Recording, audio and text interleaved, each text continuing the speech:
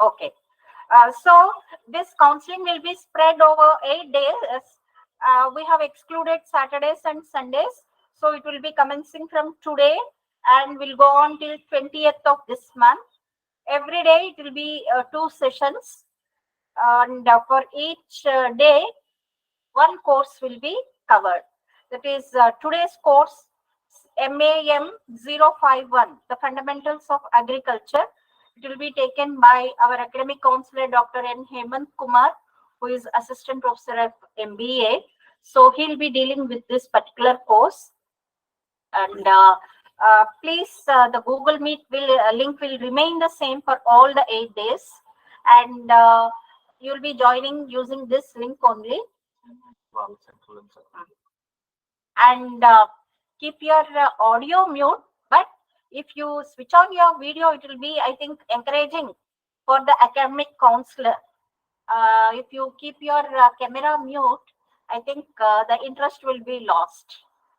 And your please make sure that you join at least 5 to 10 minutes daily before the commencement of the session.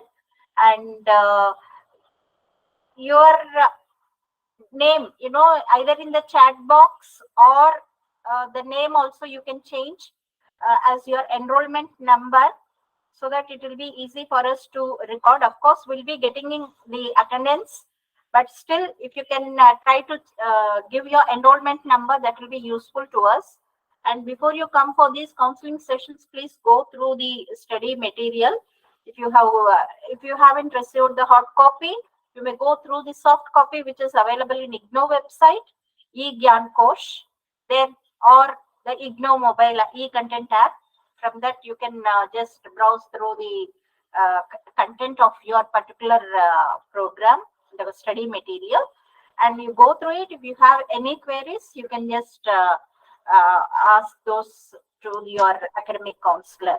And please remember, Regional Center Vijayawada will be conducting only the theory sessions, and with regard to the assignments, you'll have to submit it to your regional center, I mean the study center where you have taken admission, not to RC Vijayawada. And if there is any project also, that should be submitted to the concerned regional center only. Only the theory counseling will be taken up by Regional Center Vijayawada. Okay. This is all from my side. Now I request Dr. Hemant Kumar to please take the session. Thank you, madam. Thank you, sir. Yeah. A very good morning to all the participants who joined in this Google Meet for IGNOU University classes on fundamentals of agriculture. Today, I am just segregating the total syllabus. See, it's not possible to cover the entire syllabus with a whole explanation, but I am going to give you the synopsis of each and every unit and as well as each and every block what we have. As you all know very well, we have got 3 blocks in this fundamentals of agriculture, that is Indian agricultural system, and the second one is field crops, and the third one is horticulture and allied sectors. These are the 3 blocks what we have today. So I'm going to give you a brief explanation about each and every block today. So firstly, let me start with the block 1, that is Indian agricultural system. In this block, we have got 5 units. That is unit 1, it is all about evolution and development of agriculture. And unit 2 explains us about the soil and water conservation. Unit 3 is all about irrigation and drainage. And unit 4 is all about soil fertility management. Unit 5 will explains you about pest and disease management. So these are the 5 units which we are going to cover in the block 1. I'll explain you the 2 and 3 blocks later on when the class is going on. So when coming to the unit 1, firstly give you a brief explanation about fundamentals of agriculture, what it is actually. See, as you all know very well, in our India, agriculture is one of the most significant enterprises for ages and will continue to be so in the future. So India has got the distinction of being number one in the world in the production of field crops like millets, chickpeas, or else even castor, sunflower, ginger, spices. Like all these agricultural products, we are all being number one in the world in producing all these agricultural related products. So it ranks a second in the world in the production of two major food crops, that is rice and wheat. As you all know very well, we have got a very good productions as well as regarding to rice and wheat. Even though remarkable progress, we are observing remarkable progress in food grain production, and it has been made resulting in self-sufficiency. And there still appears into ample opportunity for further growth in total factor productivity. So this course, particularly Fundamentals of Agriculture, will explain you about, it is going to cover, as I mentioned you earlier, it is going to cover totally 14 units in three blocks familiarities, you with comprehensive information on the development of agricultural system, what is going on in our country. And it is also going to deal with the details of natural and other resources and their management. See, we have natural resources, we have some agricultural oriented resources, which where we need to manage it properly, where we need to utilize it properly for crop production. Besides improved crop production, we should have a greater amount of technology for maximizing the production of major cereals, or else crop pulses and even oil seeds has also been covered. So this particular course is also going to explain you briefly the scope, prospectus and the practices of fruits, vegetables and flower production. So we are going to see all these things in this particular first block. So let me give you first. Let me start with this unit one, that is evolution and development of agriculture. The objectives of this particular unit is to discuss about the changes in agricultural since the inception of civilization, and it is also explains us about the phases of agricultural development in India, and it is also going to state the various programs implemented for the development of agriculture. And this particular evolution and development of agricultural system is going to highlight the development of education, research and extension systems in agriculture. So the word what we are discussing, the most familiar word which we are going to see every day in our day-to-day life is agriculture. When we talk about a word called agriculture, the word agriculture is derived from the two Latin words, ager referring to the soil and culture referring to the cultivation. So this is about the introduction about the the word agriculture. Agriculture is a combination of two different words, that is ager as well as it is cultura. Cultura means cultivation and ager is referring to the soil. So thus the agriculture is a very broad term encompassing all aspects of crop production, like what I said earlier in the introduction about the fundamentals of agriculture. As we are going to see today, crops, fruits, cereals, pulses, like all these things, agriculture is a very broad term encompassing all aspects of crop production, livestock, farming, fisheries, poultry, forestry, etc. All the primary necessaries of human life, that is food, clothing and housing, are directly related to agriculture, as you all know very well, right? Agriculture is the main profession, and as you all know very well, we in India, in particularly in India, nearly 67% of the population is purely dependent upon agriculture. So agriculture becomes one of the main profession and the most important human economic activity across the globe. It differs from other industries being a biological processes. Agriculture agriculture channelizes the energy from incoming solar tradition into crops and or livestock through efficient management practices. So this particular unit one will explains us about how agriculture is evolving and how what are the changes that we are observing in the agricultural system and what are the developments that we have got as of now in the agricultural scenario. The most important contribution of India towards the development of agriculture is the cultivation of rice, which is now the staple food of Southeast and East Asia. Sugarcane, several and tropical fruits like mangoes are also natives of India. We have groundnut, we have mangoes, we have sugarcane, we have rice, wheat.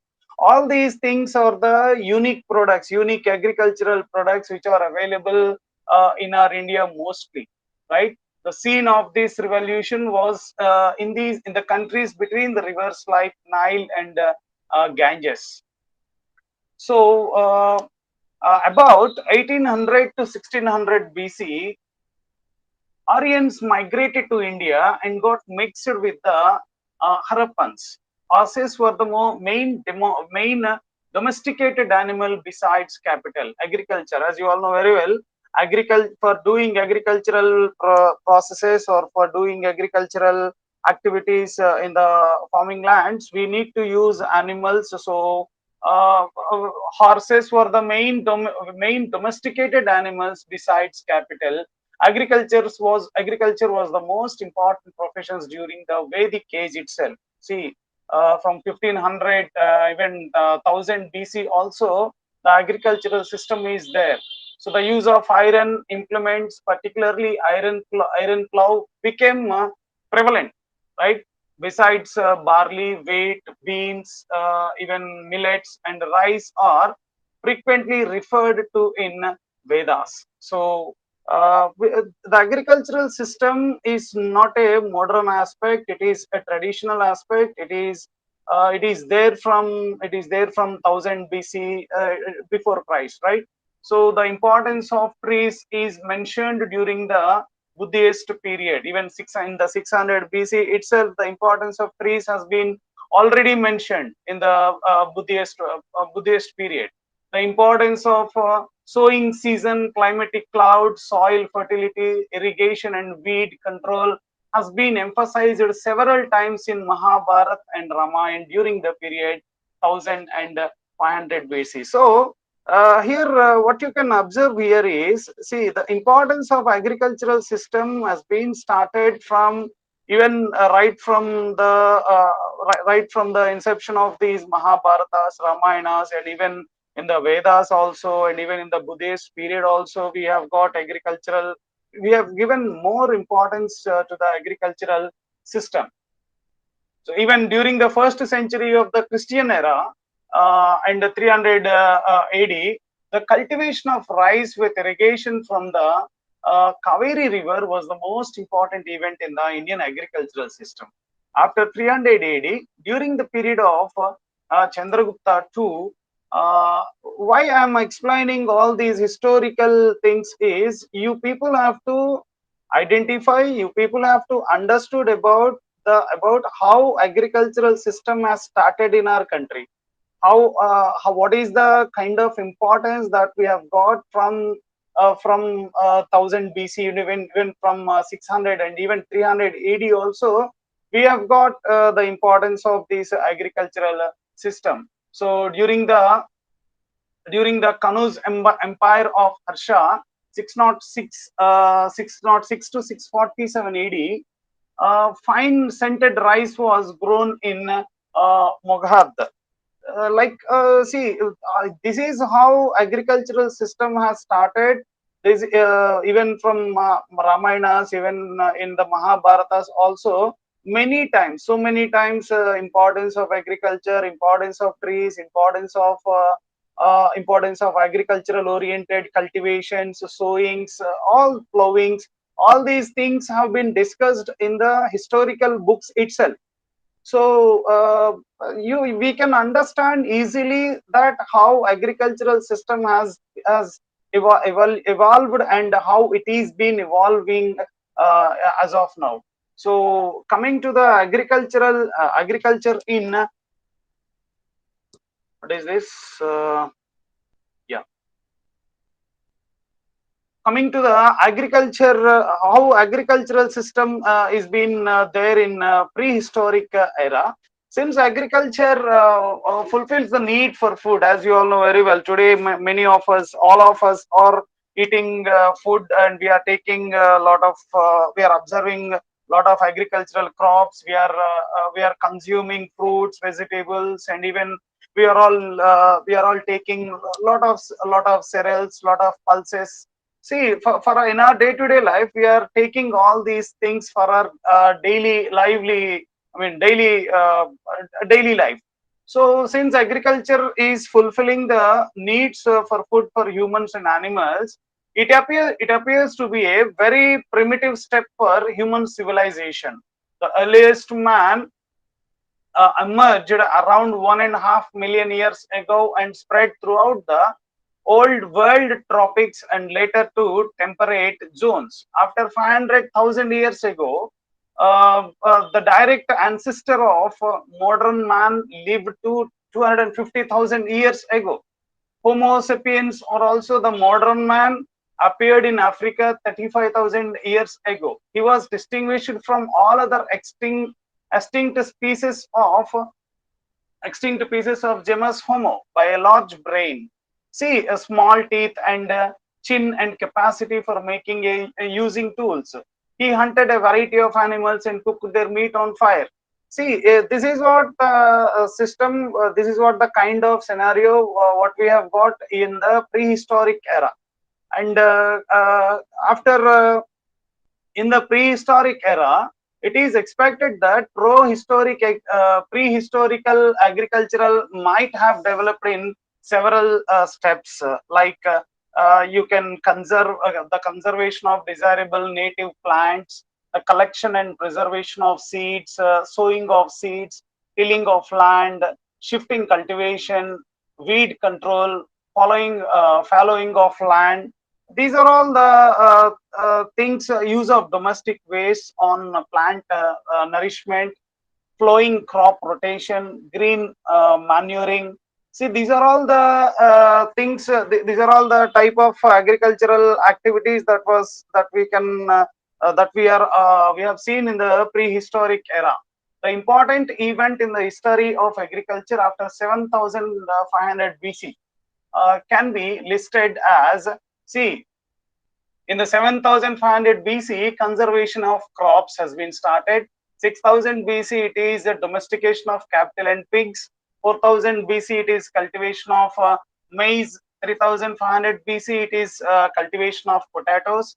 See how the evolution of agriculture has started from 7,500 BC to 1600 AD. In the 1600 AD, we have got almost all we have seen the developments of agricultural systems. See, in the 1400 BC, we have got use of iron. In the 1500 AD, we have seen cultivation of sweet oranges, sour orange, and even wild brinjal, pomegranates, etc. Like in the 1600 AD, almost all we have seen a lot of developments. Introduction of several crops in India from Portugal, like sweet potato, like whatever we are consuming in our day-to-day life, like sweet potato, that is been introduced from Portugal, and even cassava, tomato, chilies, pumpkin, papaya, pineapple, guava, custard apple. Like all these are even American cotton, rubber. All these have been. We have got all these things from Portugal, right? So this is about the agricultural system in the prehistoric era. So before independence, see, as you all know very well, we have got independence in the year 1947. So before 1947, what is the scenario, or what is the scene of agricultural developments in our India? Let us find out. See, During the domain of during the domain of Arabs, taxes were laid down on land in the form of 2/5 of produce or cash. Whatever the produce that was made, among those, the people has to pay 2/5 of their produce as tax. So, and even later on, in the region of Aladdin region came forward, and the revenue was fixed at 1/2 of the produce. See, before it is 2/5, now it is 1/2 of the produce. However, the changes were calculated based on the standard yields. So the produce is all the produces what the people has produced, that was collected and kept under storage by the rulers. Agriculture was encouraged by Tughlaq. The taxes in the form of land revenue were reduced. See, initially and eventually the taxes is getting reduced. Initially it is 2/5, and after that it has come down to 1/3, 1/5. And after that, when the Aladdin came in, when the Tughlaq is into the picture, he has reduced the taxes in the form of land revenue was reduced. The land revenues were settled upon the principle which was not more than 1/10 of the produce. See, the taxes or the revenues, the taxes has been reduced, and the rulers are going to develop the revenue among the farmers. This is what the encouragements that was being given, that was being done by the rulers in the form of, doing in the favor of farmers. So even during the time of Muhammad bin Tughlaq, Sultan used to possess the best fertile land and to enhance productivity. Resources were used officially.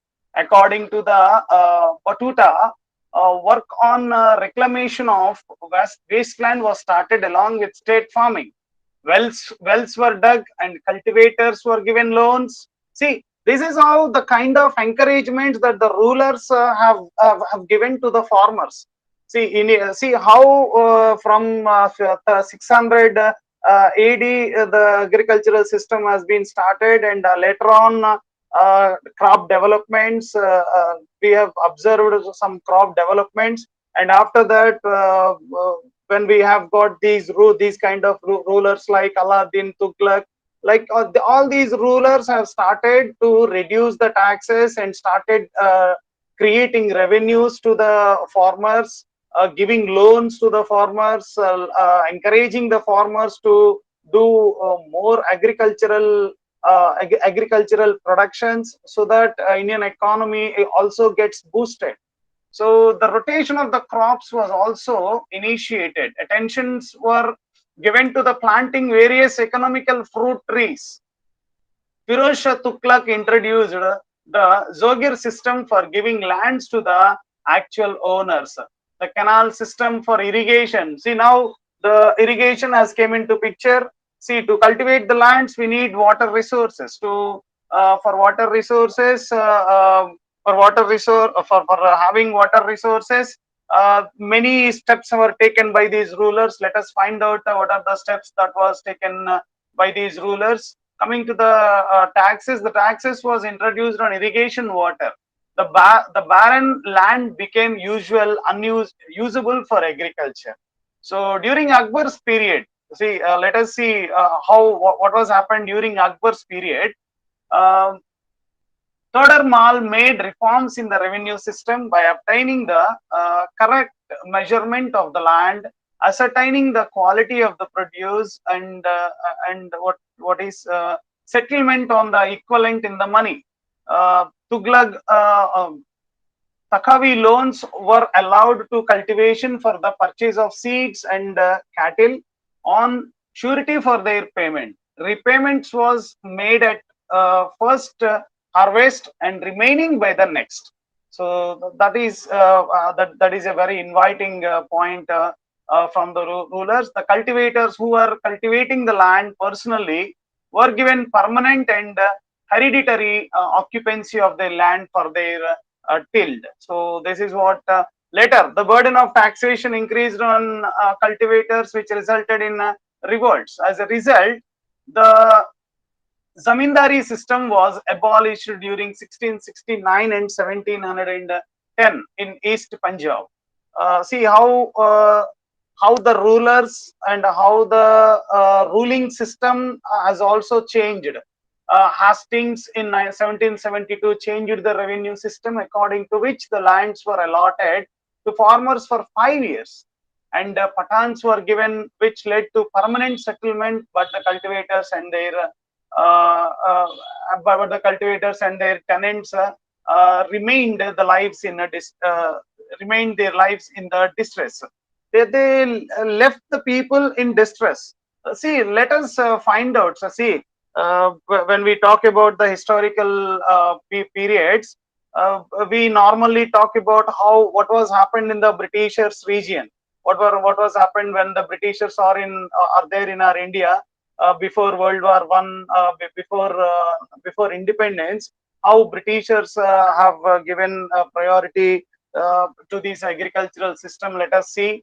During the British regime, attempts were made to boost agricultural production. See, even we are very fortunate to have these Britishers from the rulers. The Britishers have came into crown, and they have occupied uh, they have occupied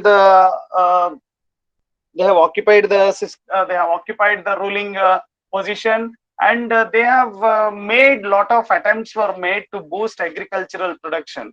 So general improvements made in transports, like a rail system, promotion of export of some agricultural commodities, the introduction of land tenure system also helped the agriculture in general. The Department of Agriculture was created. See how the agricultural system is just changing. Initially, in the day one, there is no agricultural department. The rulers is not taking care about the agricultural system, and slowly the agricultural system is just changing. Changes have been started slowly, and slowly productions have been increased. And after that, when rulers have came into picture, they started levying some taxes, and after that they started creating some revenues to the farmers for the sake of encouragement to the farmers. And after that, Britishers have came into picture, and now Britishers is doing a lot of good things for the agricultural production. They have developed some transportational system, and even they have promoted the exports of some agricultural commodities also. And they have introduced some land tenure system also in the agricultural system. And even in the 1871, the government of India has implemented a Department of Agricultural system, which was followed by the state governments also. In the 1943, the All India Policy on Agriculture was drafted. As a result, the Bengal famine of 1942, efforts were made to increase agricultural production in the country. Several steps were taken to improve agriculture in the pre-independence era. So, several steps. See, rulers have started a certain amount of changes. Rulers have brought out some certain amount of changes, and after that, Britishers have came into picture. Britishers have started doing some kind of developments. They have given priority to the agricultural system. They have introduced what you call land tenure system. They have promoted exports. They have taken several steps for the sake of developing the agricultural system in our country. A separate Department of Agriculture also created at the national level in 1871, and facilities for the agricultural productions also were created at Coimbatore in 1878, and in the 1890 in Pune it is also started. See, after the Great Famine of 1876 and 1877, a famine commission was appointed in 1880. Dr. J. A. Wadekar, consultant chairman of the Royal Agricultural Society, he submitted the report on the improvement in Indian agriculture in 1891. Slowly in 1871, the agriculture department of agricultural system has been started by government of India, and after that the state governments also implemented the same. And after that the Britishers have commissioned a person called Dr. J.A. Wadekar, consultant chairman of the Royal Agricultural Society, and he has done lot of research. He has identified lot of lapses in the agricultural system, and he has recommended lot of recommendations to the Indian government and even to the Britishers for the improvement of Indian agricultural system in 1891. See, in the first decade of 20th century, what was happened? See, the imperial Indian, it is Agricultural Research Institute was set up in 1905 in Bihar. Subsequently, agricultural colleges also were started in Coimbatore. See, before independence only, a lot of steps have been taken for the sake of development of agriculture. A lot of colleges have started for giving agricultural education to the needy people, and even separate agricultural department, and even for doing all the research oriented activities. So separate Indian Agricultural Research Institute also been set up in 1905. So after that, agricultural colleges also were started at Coimbatore, Pune, Nagpur, most prominent places they have selected, and they have started agricultural colleges at Coimbatore, Pune, Nagpur, and Kanpur, Royal Commission. Reports were accepted in 1928. Department of Food was created in 1942 to meet the food requirements. See, this is how the agricultural developments have been done before independence. And now let us find out what are the developments that was implemented in the agricultural system after independence. During the time of independence, India was in great distress to supply the food grains to feed its population. Therefore, many initiatives were taken to enhance the production and productivity of agriculture. As I said earlier, before independence itself, a lot of initiatives have been taken off by the Britishers, and even a lot of agricultural colleges have been started. Agricultural Research Institute has been started. Department of Agriculture have been brought into picture. Lot of developments have been brought down by the Britishers in the British era. And after independence, well, after 1947, in the year 1947, August 15, we have got independence, as you all know very well. So after independence, what were the changes, or what were the developments that was made in the agricultural system? Many initiatives were taken. Among the initiatives, first one is land reforms. At the time of independence, three types of land tenure systems prevailed in the country: the zamindari, the mahalwari, and moreover ryotwari. They differed in made of payment of land revenue. Zamindari and mahalwari have exploited farmers. As I said earlier, zamindari system and mahalwari system, they have raised up some taxes, and almost all they have charged. They have spoiled and they have exploited the farmers, and as it created a class of zamindaris who did not cultivate the land themselves but were getting the cultivation done by labor.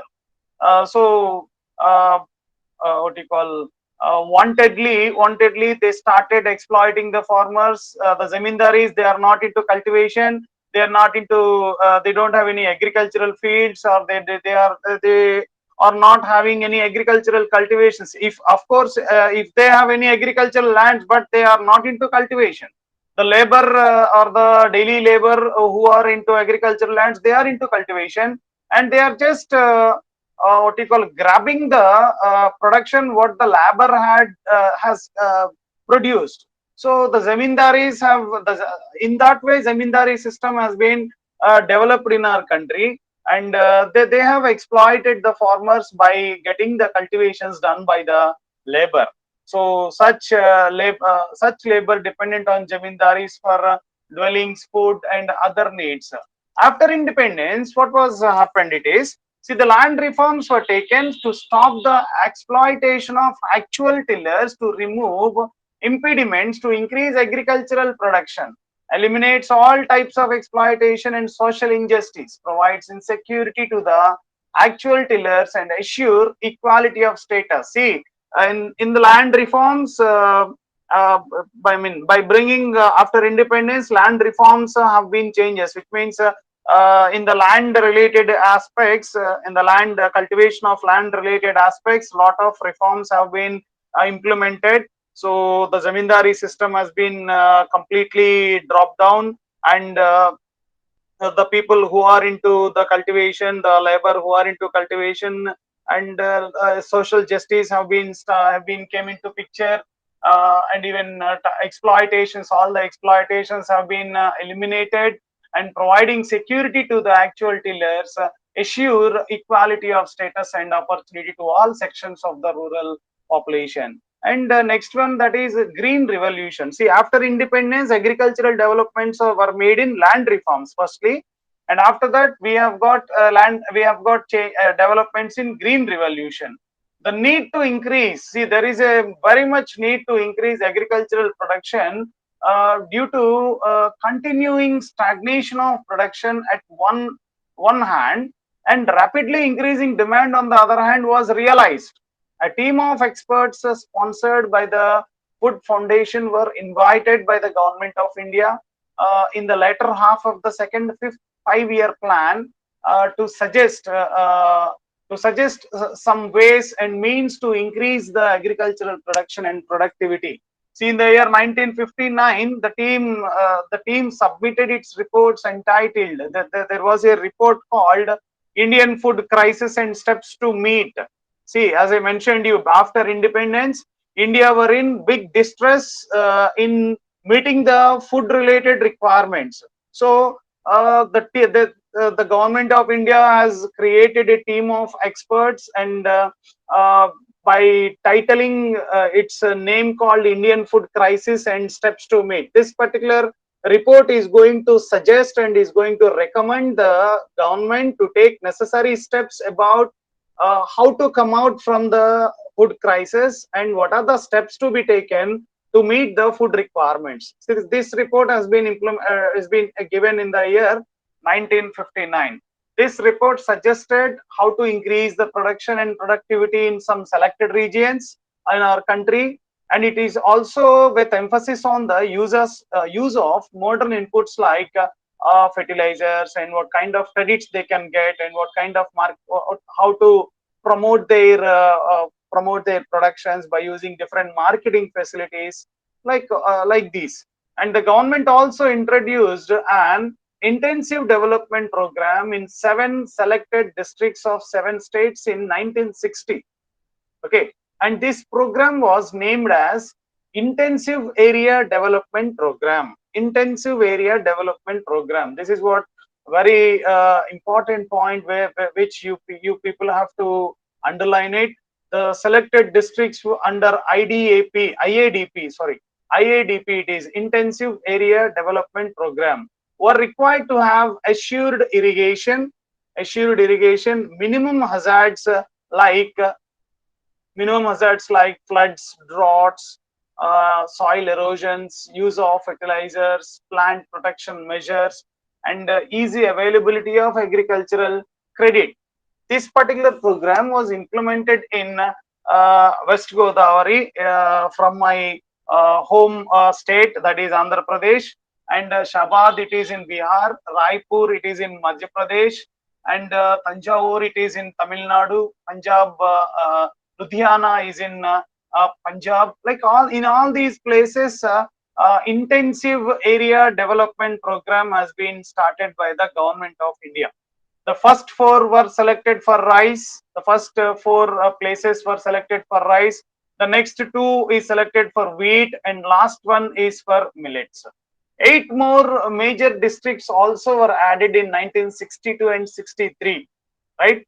the period of the mid 60s were very significant from the point of view of agriculture. As you all know very well, see, in our 5-year plans also, the first priority is given to the agriculture.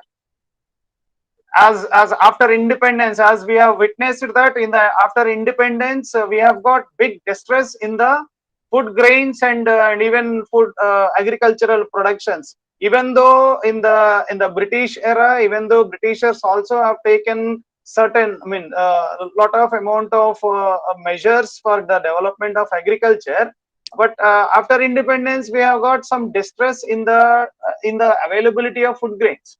So in the mid 60s, which means between 1965 to 1970, between 1965 to 1970, that was the very significant year from the point of view of agriculture. So new high yielding varieties of wheat were developed in Mexico by Professor Norman Borlaug and his associates. As a result of this, the production of wheat per hectare rose to the high level of 5,000 to 6,000 kg in Mexico in 1965. Later on, the same system, the same scenario has been implemented in the package program. Dwarf high yielding varieties of wheat like Kalyan Sona and Sonalika also developed in the Norin drafting gene. See, these are all the what you call these are all the names which you need to remember it. In 1965, in the initiation of C. Subramanian, the then Minister of Food and Agriculture, 250 tons of the wheat seed of important varieties rose up to 64, and Sonora 64 were imported from Mexico. See, for the sake of improvements, observing some improvements in the agricultural production, improvements in the wheat production. These steps were taken. The term green revolution was coined in the 1960s, where improved varieties of wheat resulted in quite high yields, as they were most response to the controlled irrigation. So besides advantages, the green revolution has also created some problems. See, what are the problems that green revolution has given us? See, to arrange the required inputs, farmers often went into debt. See, when they want to go for green revolution, they are going to the farmers often went into debt, and many small landlorders and landless farm workers migrated to urban areas. So assured irrigation, whatever, after independence, a lot of agricultural developments has been implemented. Even though a green revolution has given us some negative impact, so that's the reason why most of the agricultural farmers, they have migrated from their places to the urban areas, and assured irrigation has created the problem of salinization, waterlogging, and the lowering of water tables in certain areas. So the pesticide reside problem increased due to more use of pesticides. See, the green revolution in agriculture has affected both agricultural biodiversity and wild biodiversity. Wild biodiversity also been observed negatively, as it depended more on few varieties of each crop. And after that, see, after independence, there were a lot of changes, lot of developments, as I mentioned you earlier. Firstly, it is land reform. Second one, it is green revolution. Even though some negativities are available, some drawbacks are also available in green revolution, but in the green revolutional area also some developments has been implemented by the government of India. And after that we have got chemical fertilizers also. See, chemical fertilizers is also an important input in increasing agricultural production. See, by 1980, India had got more than 100 fertilizer factories, manufacturing area, ammonium phosphate and potash. So the utility of chemical fertilizers was realized due to drought in 1950 and 1951. Presently, there are nearly 173 fertilizer manufacturing plants with an installed capacity of 479.61 lakh tons of urea, DAP, SSP, and others complex fertilizers as of 2018. So the production of urea, DAP, and other complexities, another complex fertilizers are 238.99 and 89.98 lakh tons in 2018 and 19. As of 2019 census, these are the statistical data uh, as far as the fertilizers point of view. And the fertilizers consumption also has increased from 2 kg in 1961 to 133.12 kgs in 2018 and 19. See how chemical fertilizers usage has been developed, uh, as there is a lack of organic farming. So that's the reason why these chemical fertilizers have been came into market, and it is also emphasizing it's emphasizing emphasis is being giving on biofertilizers like nitrogen fixing bacteria, phosphorus solubilizing bacteria, blue green algae. See, organic farming is being preferred in nowadays, right? And even in the quality seeds, giving quality seeds to the farmers is also got more priority after independence. In the irrigation also, see, water is an essential component, as you all know very well, for doing irrigation, for doing cultivation, for the agricultural lands. Water is the essential component in the crop production system.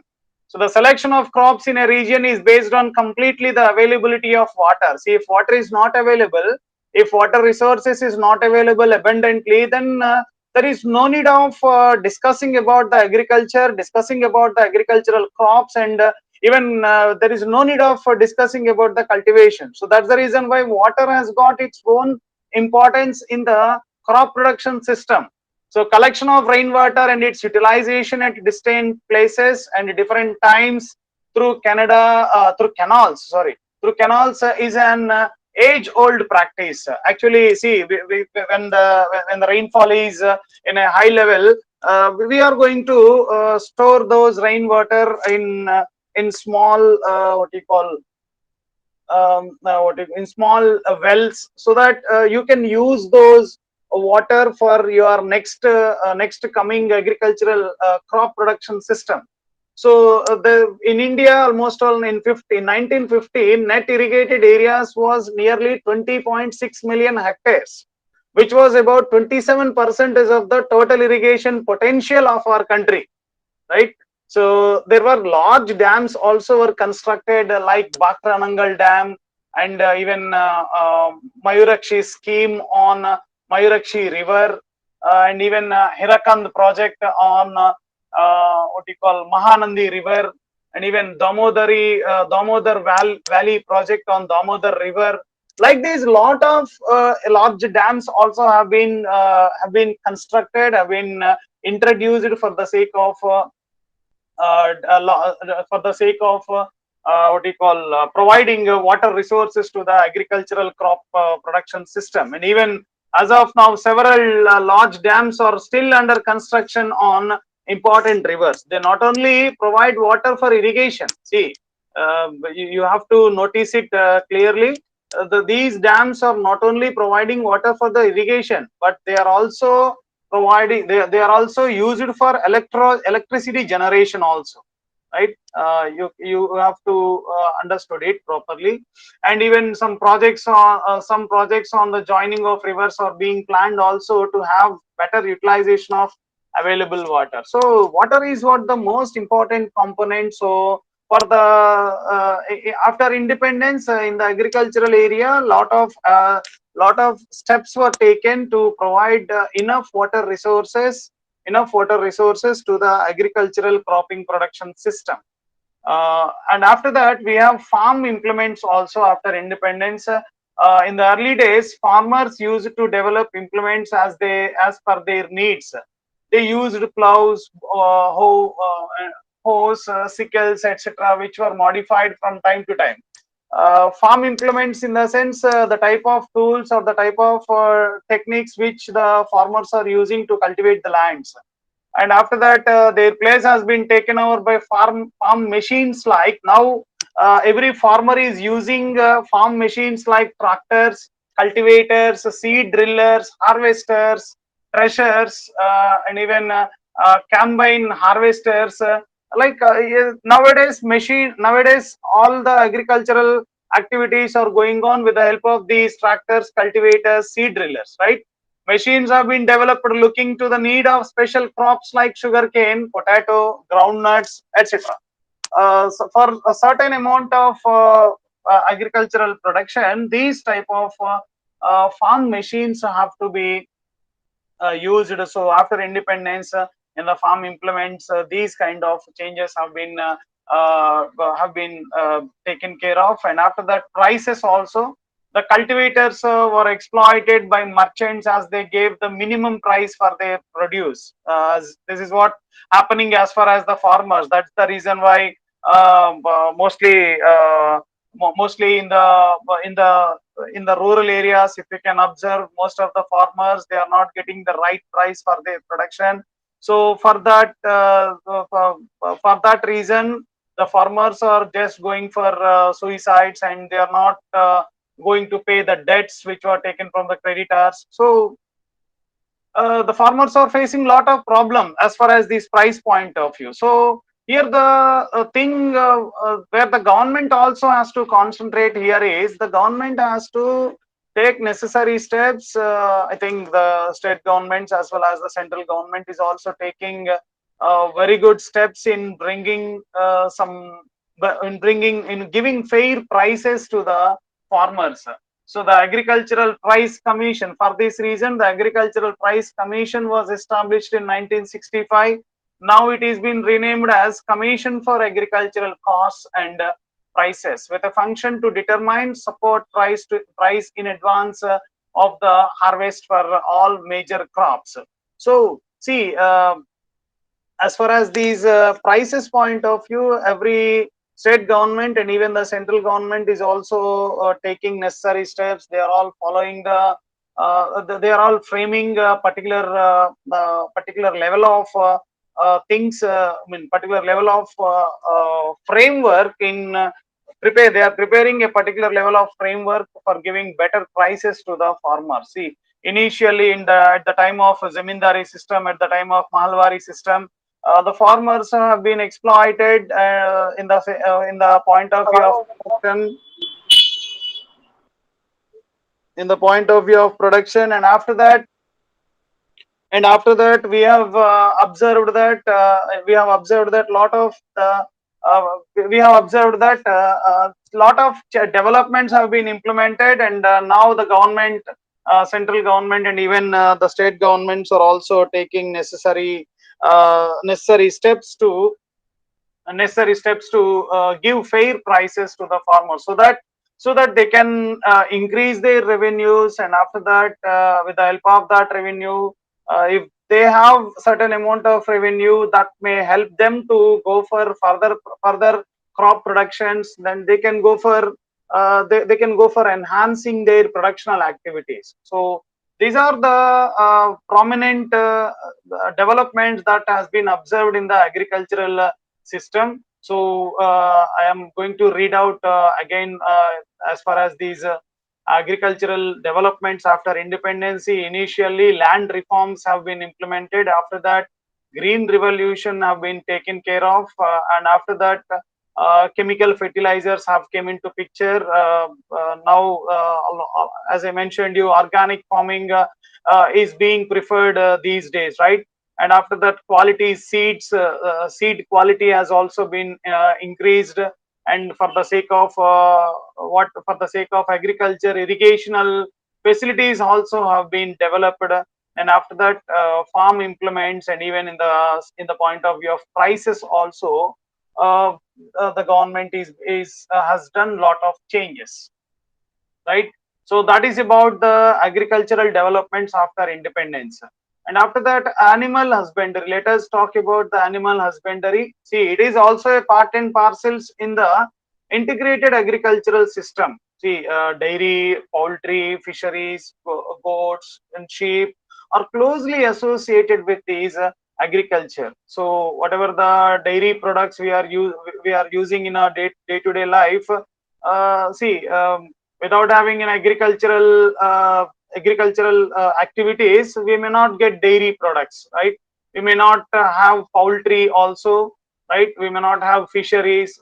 All these things are required, and all these things have been evolved from the agricultural system itself. So in the sake of dairy, cattle were indispensable in the past and even today, right?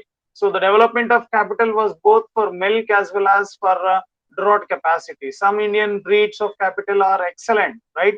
They are classified into the classified into the milch breed, general utility breed, and drought breed. Coming to the poultry, as you know very well, see some domestic foods which are reared for their flesh, eggs, and feathers like chicken, ducks, geese, turkeys, and moreover pigeons, etc.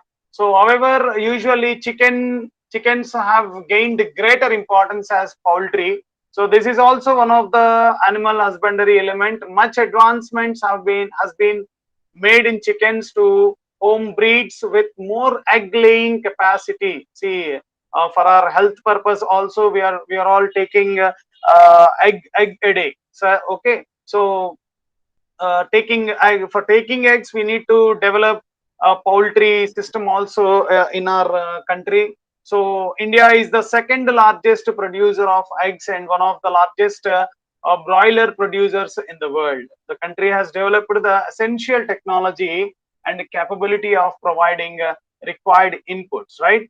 And coming to the fisheries also have received great attention as a large population depends on fishes. Like, see, if you can observe, I'll tell you the scenario of fisheries. What is happening in the state of Andhra Pradesh? As I am from Andhra Pradesh, so here like if you can observe in East Godavari and West Godavari districts, you can observe this fisheries system. The most of the people residing in these two districts, they are somewhat dependent upon these fisheries growing. So the fisheries has got received great attention as the largest population depends on fishes of seashores, river hanks, large tanks, etc. So excellent developments has taken place in the advancement of fisheries from egg management to full development and post-harvest technology.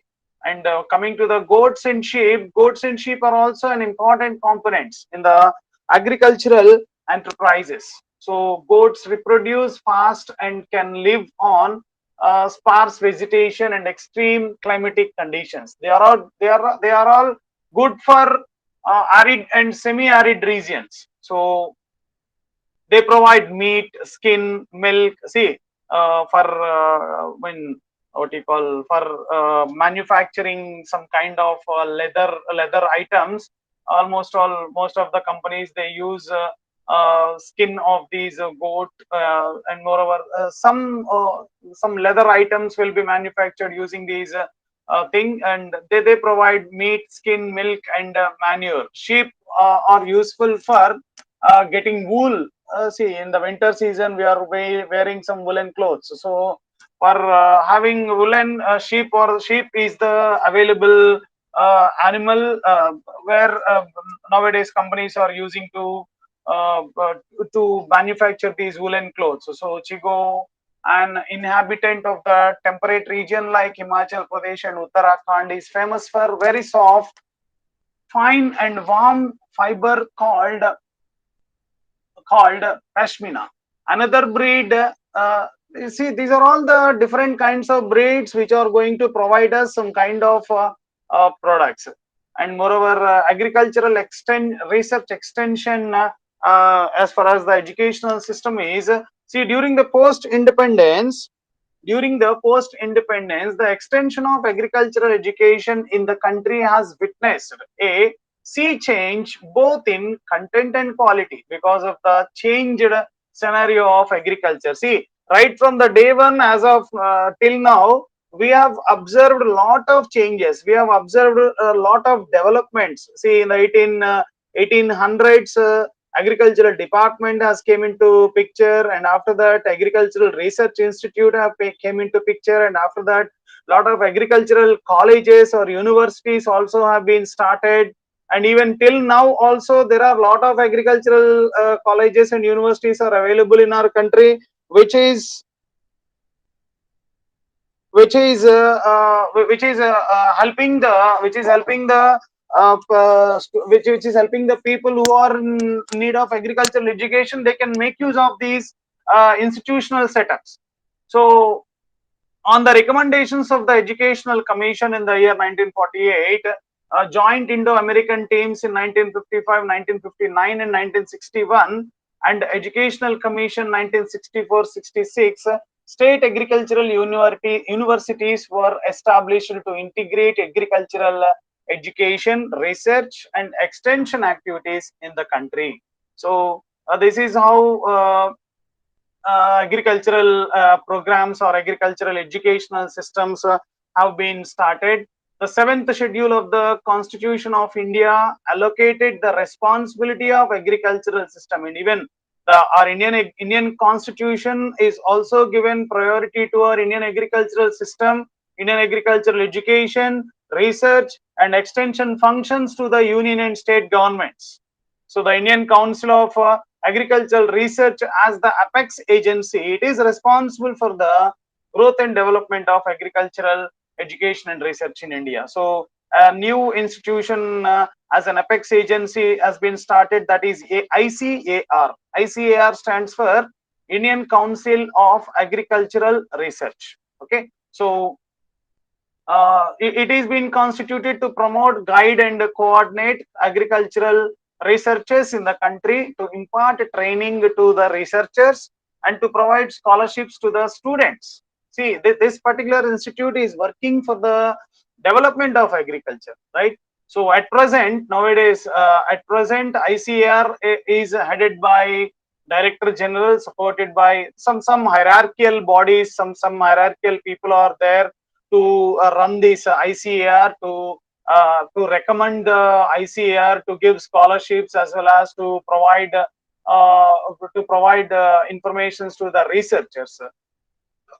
In this way, ICAR is working, and after that we have got many state agricultural universities are also available. Universities and colleges are also available with the different functions in different parts of the states, and even we have got Krishi Vignan Kendras also. In short, you can call it as KVKs, right? So Krishi Vignan Kendras. These Kendras has been established to cater for the immediate need of farmers as well as to keep them updated with new technology developed on various crops and allied areas. And even now, the central government is implementing a lot of mobile applications also to provide informations to the needy farmers. So see, the needy farmer is sometimes the needy farmers may be literate or may not be literate. So to have a friendly orientation, the mobile applications has been created, and those mobile applications are providing an updated information to the farmers about the new developments as well as new technologies available as far as the new crops point of view. So this is what the very good initiative that the state and central governments are taking care. Almost all the districts in the country have at least one KVK. KVK stands for Krishi Vigyan Kendras, right? So most of the KVKs are with agricultural universities, whereas some are with other agencies, including NGOs, non-government organizations. So this is how the Indian agricultural system has been developed. These are some of the initiations that the Indian government has taken after independence, and before independence also we have seen certain changes that has been taken care by these this is how agricultural system has went on. This is how agricultural system has seen its phase in the before independence and after independence. And now let me tell you about the soil and water conservation. Soil and water conservation. Soil and water conservation. See, soil erosion is results in a large loss of nutrients in suspension of in suspension or solution, which are washed away from one place to another place, thus causing depletion on enrichment of nutrients. So besides the loss of nutrients from the topsoil, there is also degradation through the creation of gullies and ravines, which makes the land inappropriate for agricultural production. So in dry climates, mostly wind blowing is the main cause of soil erosion. So the government is trying out various procedures of soil conservations in India to check the damages caused by this phenomena. So let me give you clarity about the soil erosion. See, soil erosion is nothing but detachment, breaking of soil particles from their original places, and the transportation of soil particles is referred as soil erosion, right? Detachment, or you can also, if you cannot understand what is meant by detachment, you can also understand it as breaking of soil particles from their original places. And transportation means shifting some of the loose particles from their original place to any other place of soil particles is referred as a soil erosion. So soil erosion is one of the weathering away of land surface by the action of some erosive agents like water, wind, earthquakes, volcanoes, eruptions, and even artificial or man-made developmental activities, agricultures, or deforestations. So the global assessment of land degradation studied, and they have estimated that around 15% of the Earth's ice free land surface is uh, affected by all forms of land degradation. So soil erosion in India is a major cause of a concern where we need to more concentrate on it actually. In India, almost nearly 130 million hectares of land, that is 45% of the total geographical surface area. Okay, 45% of total geographical area is affected by serious soil erosion through gorge and gully. Shifting cultivation, cultivated waterlands, sandy areas, deserts, and waterlogging. So it is estimated that out of that 305 million hectares reported area, the total geographical 145 million hectares requires conservational measures. See, out of 305 million hectares, nearly, not nearly, it is exactly 145 million hectares requires conservational measures. So we need to concentrate on it. Soil erosion by rain and river that takes place in hilly areas causes severe landslides and floods while cutting trees for agricultural implements. So if you can observe what are the types of soil erosions, the soil may be detached and moved by water, wind, or tillage or human activities, as I mentioned you earlier, right? So soil erosion based on erosion intensity. If the intensity basing on the basing on the intensity, basing on the erosion intensity, soil erosion, how it is happening. See, natural or geologic erosion. Natural erosion, you can call it as natural erosion. So soil is naturally removed by the action of water or wind. Such natural soil erosion has been occurring for some million years since the first plants formed the first soil. This may be called as the natural rate of erosion. See, if the soil erosion has been occurred naturally, you can name it as a natural soil erosion. Even before these natural processes moved the loose rock or regolith of the Earth's surface. Normally, the natural rate of erosion or the background erosion removes soil at roughly the same rate as the soil is formed, and this is considered quite natural, right? This is considered quite natural. Next, accelerate rate of soil erosion. The removal of surface soil areas demanded of their natural protective covers as a result of human and animal interferences takes place. So this accelerated detachment rapidly ravages the land, and it is with this type of soil erosion that we are so seriously concerned. Okay, we are seriously concerned. So it has impacts that are both on site, right, at the place where the on site in the sense. At the place where the soil is detached, or inside and offsite, right, wherever the ended soil ends up on excite. And coming to the second one, that is soil erosion based on erosive agents, that is wind erosion. And after that, and even we have got coming to the mechanism of soil erosion, that is how water and wind are the two primary sources of soil erosions. Under water erosion, soil erosions caused by rainfall is the result of application of energy from two distinct sources, right? And coming to the wind erosion, wind is responsible for three types of soil movements and on the process of wind erosion. So that is saltuation, suspension, surface creep. So these are the things where we need to observe under the mechanism of soil erosion. And next one, that is effects. What are the effects if soil erosion occurs?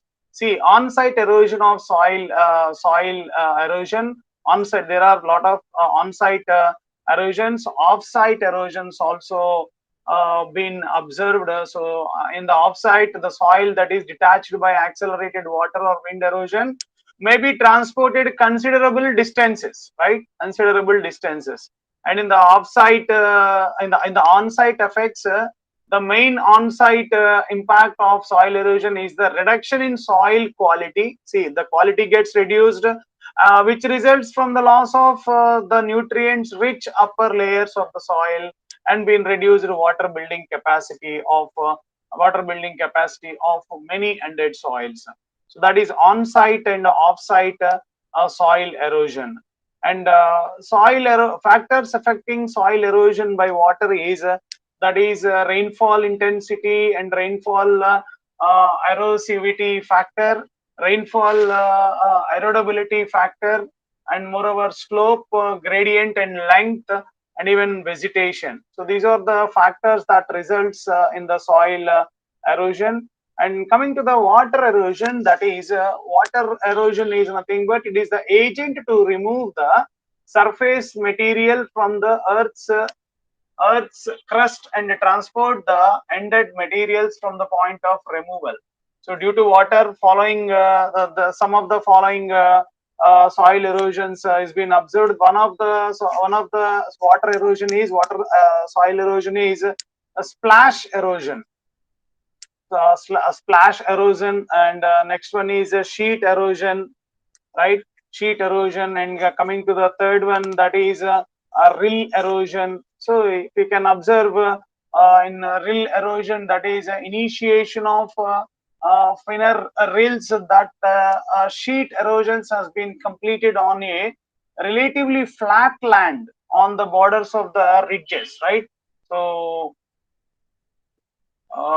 this is about rilly erosion, and moreover gully erosion, in the sense divided lands, you can call it as a divided lands. So when rill erosion is neglected, the tiny grooves develop into wider and deeper channels, which may assume a higher size. This is called gully erosion. So the gullies tend to deeper and wider with the intensity of rainfall, every heavy rainfall. So due to heavy rainfall, this particular erosions may occur, right? So that is about water erosion. And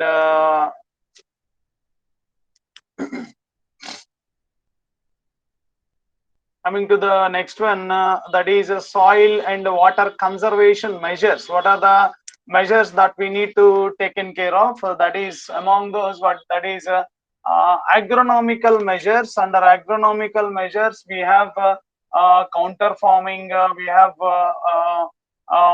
mulching, and moreover growing of crops which provides maximum cover, reduce runoff and soil loss. Okay, and these are the measures where we need to where we need to take care. And strip cropping, and even and strip cropping, after that mixed cropping. These are the measures where we need to take care with the help of these soil erosion. And what are the mechanical measures that we need to take care? That is, see, we need to store water diversion channel, and we need to have a channel terrace, and we need to have artificial water course, and even bench terrace. So these are the required mechanisms which helps us, mechanical measures which are helping to avoid soil erosions, and even irrigation terrace, and even orchard terrace, and even counter bond. These are certain amount of things. These are certain amount of areas where what we can reduce. These are the mechanical measures where we can reduce the use for reducing the soil erosion. And coming to the next one,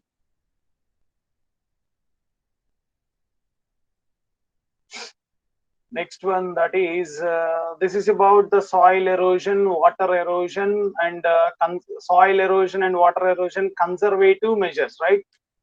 Conservative measures also been introduced. So I have explained you, and now let me tell you about the irrigation and drainage, right? Irrigation and drainage. See, irrigation is one of the crucials for agricultural production, as I mentioned you earlier, and I have named out some prominent dams, some prominent projects also I have named out in the earlier. So water scarcity and inefficiency in its use coexist in India's water resource management system, right? So irrigation remains its crucial role in productivity-led future agricultural production. So irrigation has got its own importance. So the history of irrigation development in India can be traced back to the prehistoric times, like already I mentioned you in the first unit, that is in the Vedas and even the ancient Indian scriptures made references to wells, canals, tanks, and dams, which were beneficially to the community, and their efficient operation and maintenances was the responsibility for the state. So water resources should be given to the agriculture. So if you can define what is meant by irrigation, irrigation is nothing but it is an artificial application of water to the crop fields or to plants, okay, to ensure their survival and proper growth. So our total Indian agricultural system is completely depends upon how effective and efficient irrigational system is there in our country. So nearly 67% of our Indian population is dependent upon agriculture. So almost all these people are looking for irrigational facilities. Even the government also have to given priority to the, of course they are giving, but they have to increase more and more about these irrigational facilities. So irrigation is to be provided if there is not enough moisture in absence of rain. See, if you can observe in the state of Andhra Pradesh, that there is a problem of water resources in Prakasam district, and even in Rayalaseema districts also we have some kind of water resources, and in some parts of our country is also facing the same kind of situation. So the irrigation practices has to be increased. So some of the major projects in our India which are offering irrigational facilities to our agricultural lands is, see, in Andhra Pradesh, mostly Nagarjuna Sagar Dam is constructed on the Krishna River near Nandikona village, and even in the there is one more project from the joint project of Andhra Pradesh and Karnataka, that is Tungabhadra, and even Gandak. It's a joint project of Bihar and Uttar Pradesh, and Kosi. It is there in Bihar. It's a multi-purpose project which serves Bihar and Nepal, and some high-level canal Bihar. That it's an extension on the some barrage projects, and Kakrapara, it is in Gujarat on the Tapti River near Koprapara in Surat district, and Ukal, Mahi, and moreover we have Panam, Karzan, and moreover Budra, Upper Krishna, Gataprabha, so Tawa, Chamhal. These are some of the major projects, Mahanadi reservoir projects, and moreover we have Asdio Banga projects. These are some of the major projects which are serving lot of irrigational lands nowadays, right? So, and even we have Kukadi project, Krishna project, Upper Penganga project, Hirkand project. We have got nearly we have got nearly 41 major projects in our country which are serving lot of hectares of lands in our country. So what are the type of irrigational methods that we are following is that is surface irrigation we are following, and the second one is with the second one is a sprinkler irrigation. Sprinkler irrigation means sandy soils have a low water storage capacity, right? So, and a high infiltration rate. Therefore, new frequent but small irrigational applications, in particular when the sandy soil is also shallow. So sandy soils with a high infiltration rate. So this system has to be implemented, and close growing crops, moderate wind speed. These should be sprinkling what you call sprinkling irrigational projects. And moreover, next one, that is a drip irrigation. In drip irrigation, it is also known as a trickle irrigation. Trickle irrigation, it is nothing but water is delivered at near to the root zone of plant, so that the plant can be grown well. The crop can have, the farmer also can have a greater amount of production. So drop by drop under low pressure. So as the system comprises plastic components such as pipes and drippers, in addition to filter and fertilizer applicator. So this method can be the most water efficient method. As of now, most of the irrigation, most of the farmers are using this kind of methodology. So it is a widely spaced crops such as orchard crops, right? So at root level, you can provide water resources, and moreover, irrigation scheduling criteria. See, what is irrigation scheduling criteria? See, irrigation criteria are the indicators used to determine the need for irrigation. According to the need, according to the requirement, we need to provide water resources. See, if you can give more and more water every day, there is a chance of observing some what you call negative growth in the plants. So for this reason, proper scheduling, proper timings should be allocated for the for irrigation. And moreover, according for coming to the advantages of irrigation scheduling,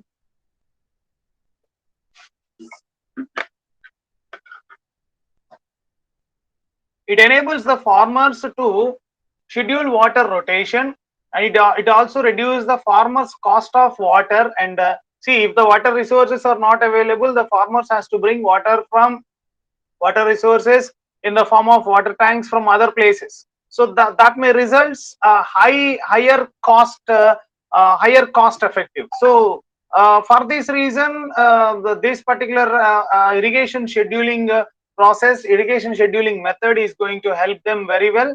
So the farmers cost of water and labor gets less, and it lowers also fertilizers cost by holding surface runoff, and it is also increasing net returns, right? Returns also gets increased, water logging problems also gets minimized, and it is also assisting in controlling root zone salinity problems also gets reduced, and it is also going to reduce in additional returns by using the saved water to irrigate non-cash crops that otherwise would not be irrigated during water short periods. So these are the kind of water irrigational methods normally, and moreover, command area development and water management. How we need to manage the water resources. See, initially 60 major and medium irrigational projects were taken up under the CAD program, covering a cultivable command areas of about 15 million hectares. From 1974 to 75 till now, nearly 314 projects with a CCA of 220. CCA CCA stands for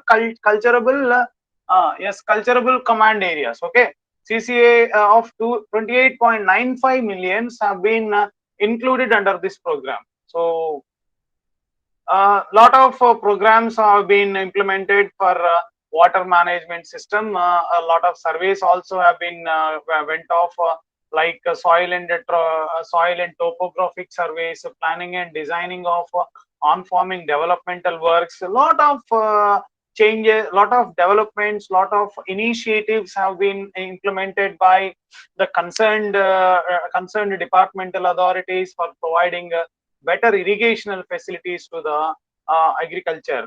So even correction of certain system deficiencies, and even construction of some field channels, full package of works, including construction of field channels, realignment of field boundaries. Okay, so these are the, and even water bundies with hardware assistance covered under item and software assistance covered under item, and even construction of field drains. Okay, and reclamation of water logged areas, removation of desisting of existing irrigation tanks. Like all these are the irrigational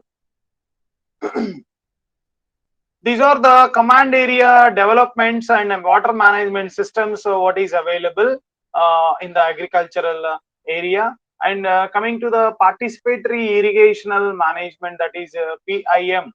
See, National Water Policy 1987 advocated the involvement of farmers in the management of irrigation. Okay, so this the main objective of this participatory irrigation management is to create a sense of ownership of water resources, to improve service deliveries through better operations and maintenances, to achieve optimum utilization of available resources, and moreover to encourage collective and community responsibilities. So these are some of the what you call some of the objectives of PIM, participatory integration management. And coming to the next one, that is constraints. What are the constraints in implementation of participatory irrigation management? That is lack of legal backup and policy changes, lack of legal policies. There are no little legal backup and lack of policy decisions at the government level to take up PIM. System deficiencies is also available. There are many problems like deterioration of old control and measuring structures, uncertainty of water availability, fear of financial viability, lack of technical knowledge, lack of leadership, lack of publicity and training, or and even lack of demographic diversity, mega irrigational projects. We have certain amount of projects, but mega irrigational projects are not available. So and even we are in lack of publicity and training. So these are some of the constraints in the implementation of in participatory integrational management. And coming to the drainage, drainage is, as you all know very well, drainage is we are when the water tables comes near the surface and affects the crop growth, such a condition is called water logging, right? So drainage is the removal and disposal of excess water from the field. Excess water is the root zone, restricts soil accretion, affects soil temperatures, hinders tillage operations, etc., which should be removed by adopting proper drainage method. So reasons for water logging, what are the reasons is submergence under floods, and even deep percolation from rainfall. Uh, and if we can have a look on the benefits of drainage, see, it is going to provide a better environment for plant growth. It improves the soil structure and infiltration characteristics, and even it is also provides optimum condition for tillage for a longer range of time. And it is also going to benefit the larger crop growing season. Weed problem is going to get minimized, reduced diseases which thrive on wetland. So these are some of the benefits with the help of drainage.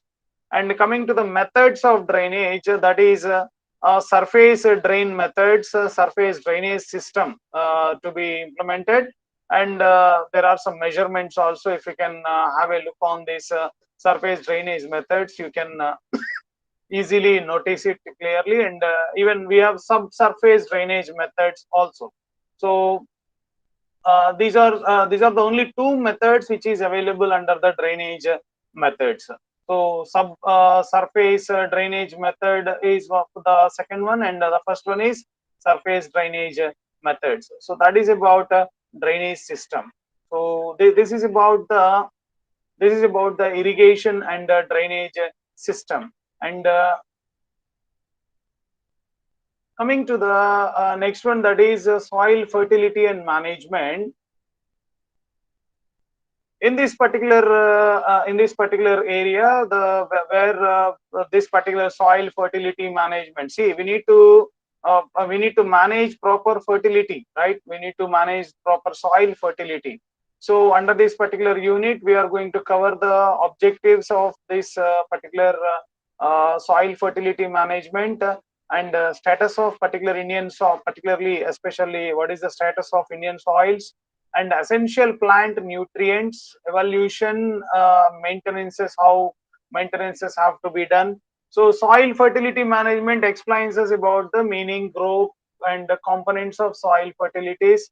It's going to identify the status and causes for the decline in soil fertility of Indian soils. As you all know very well, Indian soils are not stabilized actually. So Indian soils have Indian soil is been observing some causes, right? So there are some causes for the decline in soil fertility, and we are going to see it in the next points. And we are going to describe the essential plant nutrients also, soil fertility assessment, various nutrient resources. So what is meant by soil fertility? It is the overall ability. See, soil fertility, if you want to define soil fertility, it is nothing but it's the overall ability of a soil to support vigorous crop growth by ensuring adequate plant nutrients and suitable conditions for water uptake, and by providing favorable conditions for root growth and development. So soil fertility, in the sense, observing what kind of fertility that the soil is having, and providing favorable conditions for root growth and development. So, and coming to on the soil fertility groups, soil fertility is being divided into three groups actually. That is physical, chemical, and biological soil fertility, which are interrelated with each other, right? Better management of physical and chemical soil fertility improves soil biological fertilities, and moreover, biological fertility. Yeah. Biological fertility means the capacity of organisms living in the soil to contribute the nutritional requirements of plants and foraging animals for productivity, reproduction, and quality, while maintaining biological processes that contribute positively to the physical and chemical state of soil. And even chemical soil fertility is also available. Physical soil fertility is available. See, under chemical soil fertility, the capacity of the soil to provide a suitable chemical and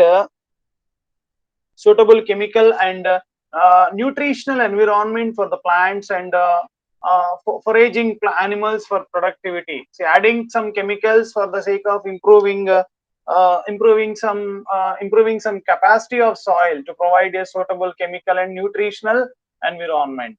And physical soil fertility is also available. The capacity of the soil to provide physical conditions that support plant productivity, reproduction, and quality without leading to loss of soil structure or erosion, and supporting soil biological and chemical processes. So components, what are the soil components of soil fertility? We have soil depth, soil structure, soil texture, content of nutrients, storage capacity, moreover soil reaction, content of detrimental on toxic substance. So see, I'm telling all of you guys, you can understand the total fundamentals of agriculture in the way about soil. You can observe soil fertility management. You can observe the irrigations, drainages.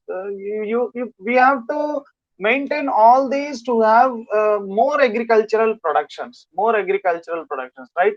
And under the soil fertility components, we have content of detrimental or toxic substances, and quantity and activity of soil organisms. So, and even what is the status of Indian soils? Let us find out what is the status of Indian soils.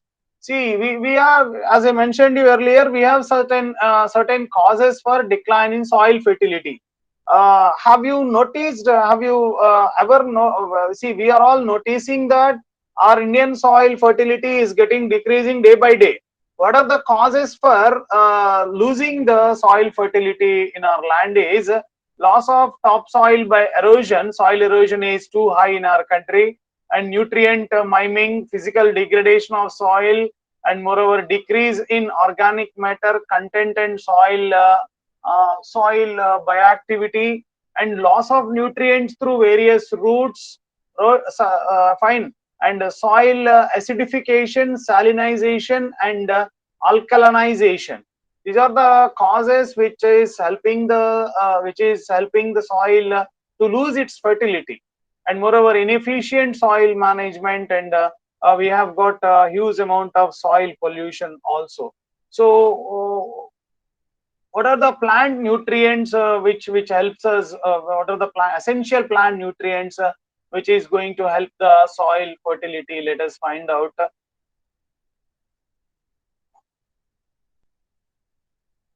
Yeah. Out of 17 essential elements, nearly carbon and oxygen are obtained from the gas, and hydrogen is obtained from water.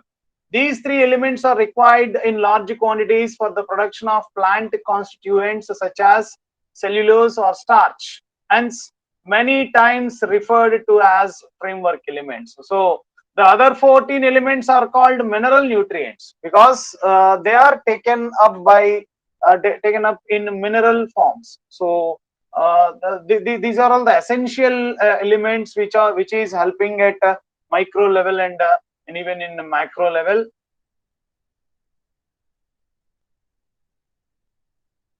So all the essential plant nutrients are nitrogen, phosphorus, even potassium, calcium, magnesium, sulfur, boron, chlorine, copper, iron. These are all the elements which is going to help to improve the plant nutrients. Manganese and moreover zinc, nickel. These are all the essential plant nutrients. And the next one,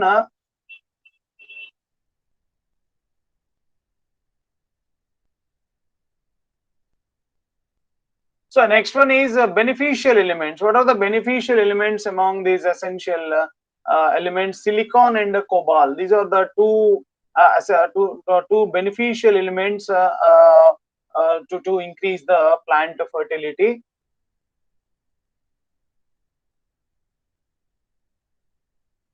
And moreover, what is the range of nutrient supply from deficiency to toxicity? Okay, deficiency to toxicity. See, the nutrient status of a plant can range from acute deficiency to acute toxicity. A broad division of nutrient status into three groups, namely deficient, optimal, and excess. Deficient is less, optimum is minimal, excess is maximum, may be useful for general purposes. For a more accurate assessment, the neutral status of plants is in detailed categorization is required, in which 6 different ranges can be distinguished. See, acute deficiency, marginal or latent deficiency, optimal supply, optimal in the sense enough, right? Luxury supply, more than enough, actually it is luxury supply. Marginal or light toxicity, acute toxicity. So that is what the plant growth and yield dependence on nutrient supply.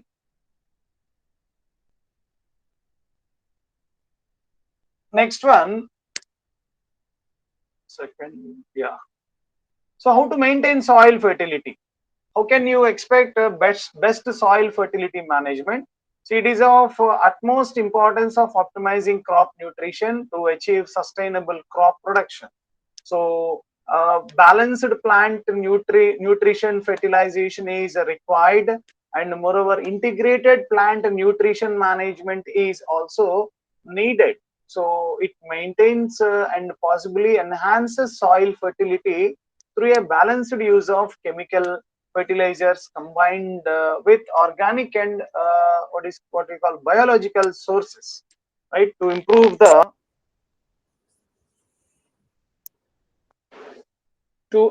the efficiency of plant nutrients. Okay.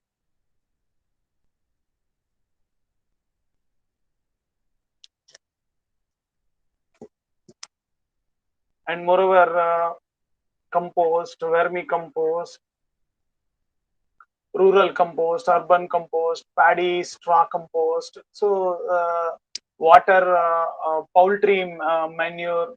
So these are all the average nutrient content for contents actually.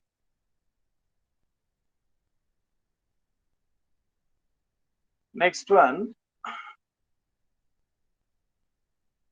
secondary nutrient fertilizers. All these are secondary nutrient fertilizers are ammonium sulfate, single phosphorus and even potassium sulfate, magnesium sulfate, right? All these are the elements which contains fertilizer sources. And next one, coming to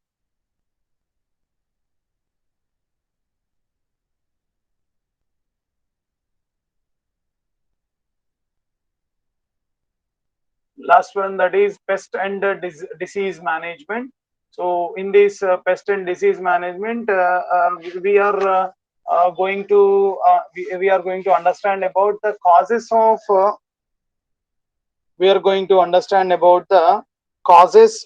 what you call causes of insect pests and diseases in crops, and even pest epidemics, pest diagnostics, and integrated pest management, pesticide residues and consequences. Okay, so this particular unit is going to explain you about the principles and practices of crop production, and you people also must have got an idea about how can we enhance our crop productivity and production. So I think you people are understanding clearly about what are the developments that are happening in our agricultural system, and how government is taking necessary steps in developing the agricultural system in our country, crop productions in our country, crop yielding systems in our country.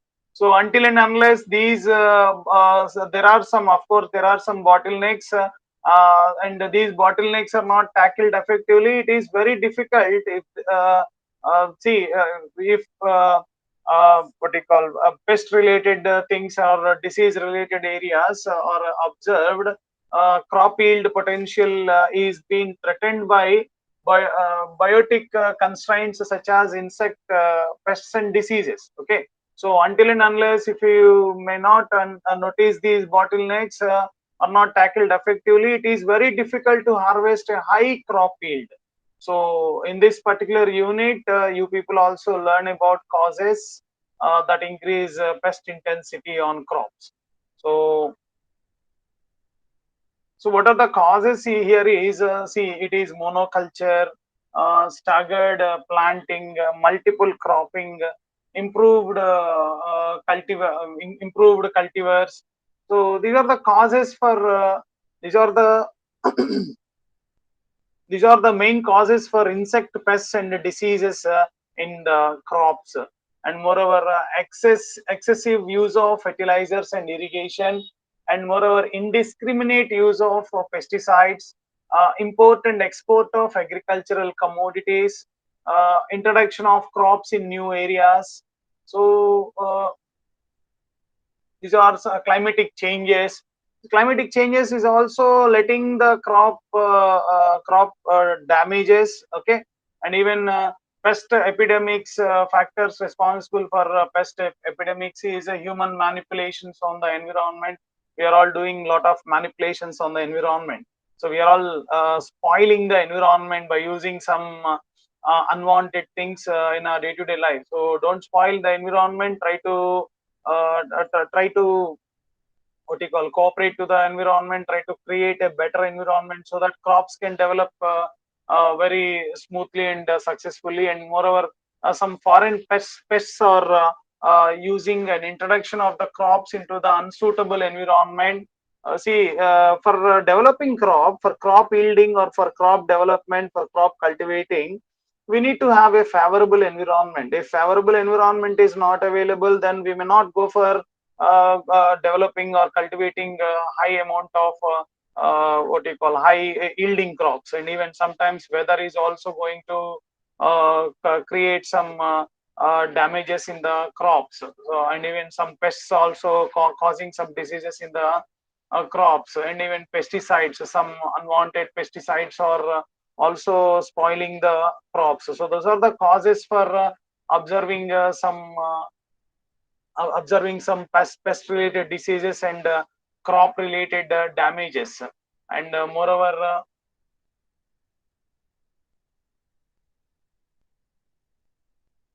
we have got investor damage diagnosis, insect damage diagnosis, sorry, insect damage diagnosis. So damage symptoms of insect pests depends upon the types of their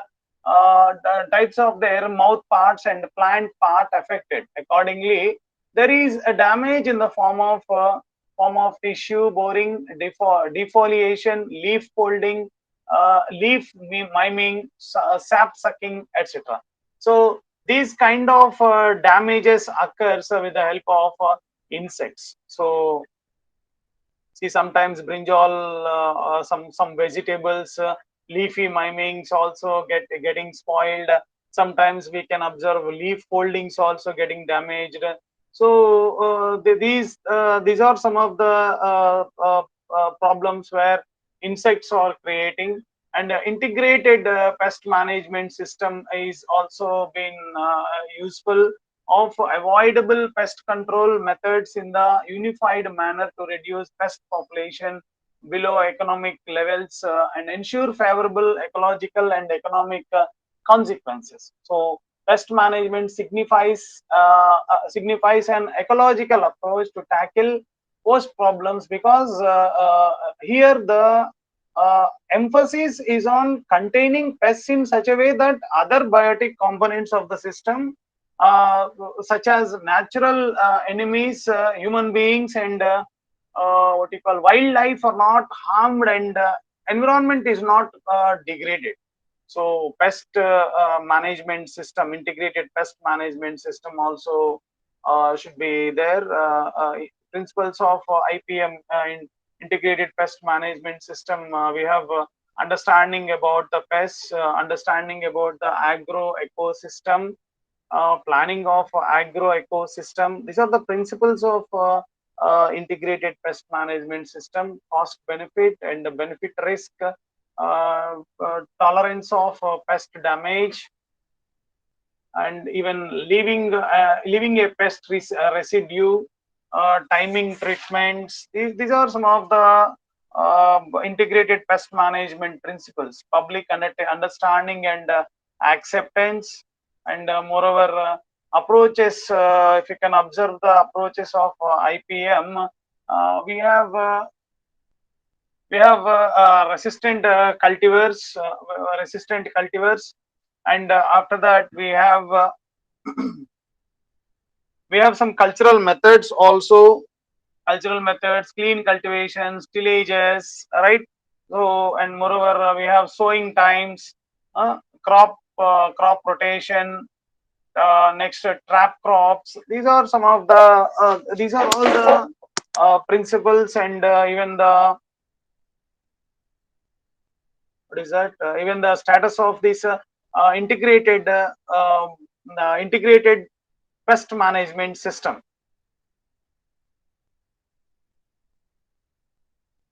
So these approaches are helping to create best pest management system in our country.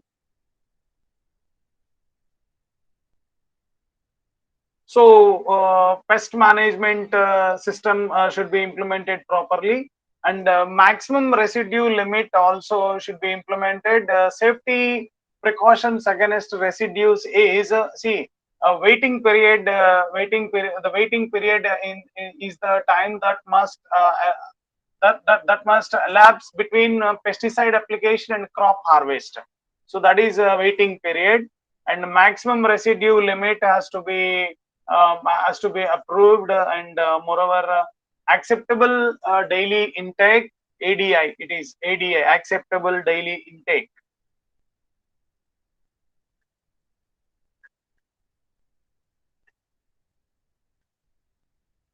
So that is about pest and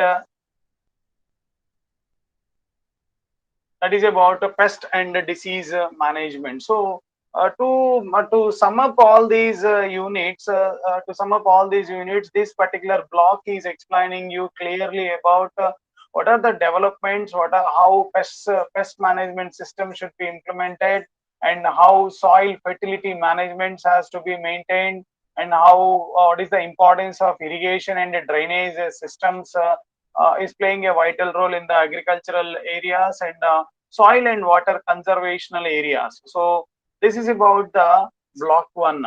And coming to the block 2, we have got major cereal crops, and moreover coarse grain crops, and moreover oil seed crops, pulse crops. So under field crops, as you all know very well, under field crops, see, the lesser area under field crops, the lesser area under high yielding varieties. See, there are some important reasons for lower yields of these crops in India. See, in our country, some field crops are observing some less productivity. So what is the reason? What are the important reasons for lower yields of these crops in India is the lesser area under high yielding varieties, and moreover limited availability of quality seed. Yes, there is no quality seed, and increased acidity, sodicity in some parts of the country, and declined soil fertility. This is what the major cause for observing lower yield in the crops. And delayed sowing of wheat in rice wheat system, unavailability of inputs like fertilizers and seed in time, and moreover improper crop rotation, inefficient nutrient management system, and moreover reduced availability of irrigation water, and moreover the last one, that is inefficient management of weeds, diseases, and insect pests. See, as I mentioned you earlier, rice is one of the most important agricultural crops in our country. So if you can observe, we have got varieties of rice crops are growing in our country. See, the climatic conditions and soil requirements also is required for the sake of these rice cultivation. So rice cultivation in India is extends from at sea level to as high as 3,000 meters elevation. So rice accommodates itself under an annual rainfall ranging 1,000 to 1,500 on even more. A day temperature of 25 degrees to 33 degrees centigrade Celsius, and night temperature of 15 degrees to 20 degrees Celsius is preferable. So this is what the climatic requirements for rice production. So cropping system, see, irrigated areas, cropping system in North India, a number of crop rotations involving rice are flexible at irrigated areas. Some of the important rice-based crop rotations are, see, rice storia gram, rice potato black gram, rice potato green gram. These are some of the combinations where in the North India generally the people are cultivating rice, storia gram, rice wheat barley, rice potato black gram, rice potato green gram, rice potato cowpea. See, this is how irrigated areas are there in the North India, and recommended varieties. A good number of varieties, hybrids, combining resistance to biotic and antibiotic stress and grain quality have been developed. So, sir, Hemant garu. Sir, cheppandi. Close చేద్దామా 1 o'clock అయిపోయింది. Sir, alage sir. We'll close today, and again tomorrow we'll start by 11 o'clock for second paper. Yeah, sir. Yes, sir. Alage sir. Okay. Thank you very much, Dr. Hemant Kumar, Assistant Professor of Kebin College. Today he has taken Fundamentals of Agriculture paper, and tomorrow also we have a second paper, MAM052. Sir will take you tomorrow by 11 o'clock. Thank you, Anala. Thank you, sir. Thank you.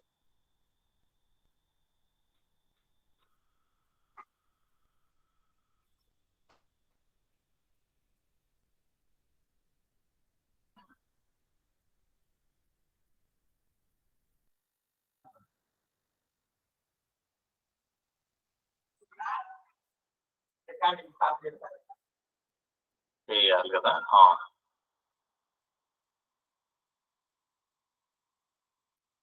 ఇందులో కదా వెళ్ళాలి.